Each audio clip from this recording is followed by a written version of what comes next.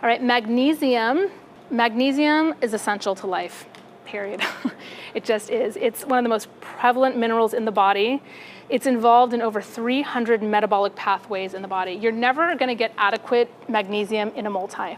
Magnesium is found in dark leafy greens. Almonds are a really good source of magnesium.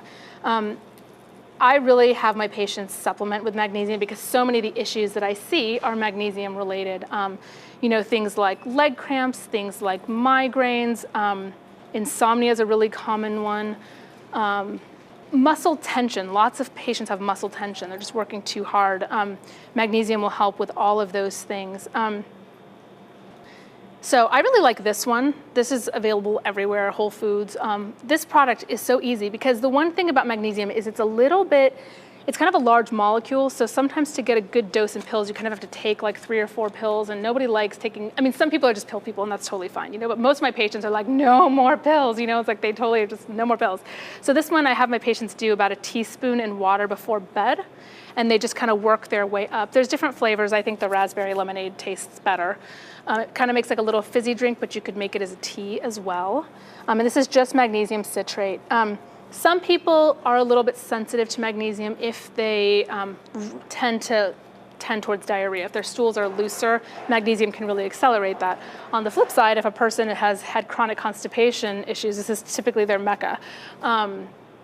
And the other thing to say is that magnesium can drop blood pressure. So people who are already really hypotensive, careful with taking too much at once. You really just want to kind of break up your doses throughout the day. And you can add sea salt to the diet to kind of bring up the blood pressure if the blood pressure is too low.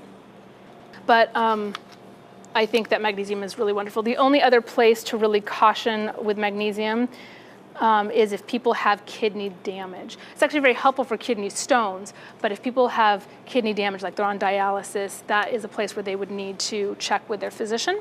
But otherwise, I love magnesium across the board. You had a question on magnesium. So her comment was that she had heard all of the beneficial health things about magnesium, but she was also told that it really helps just keep the colon clean.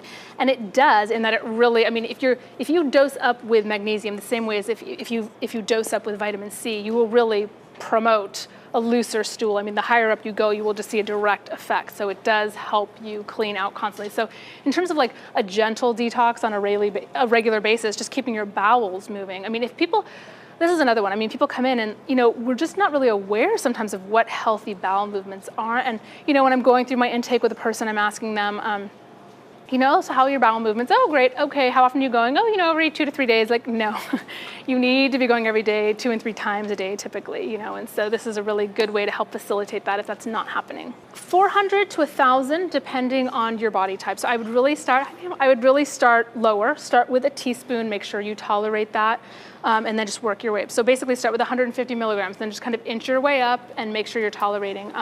Most of my patients take, you know, 600 milligrams easily in a sitting, but you just have to, you know, it's better to kind of start slow and work your way up.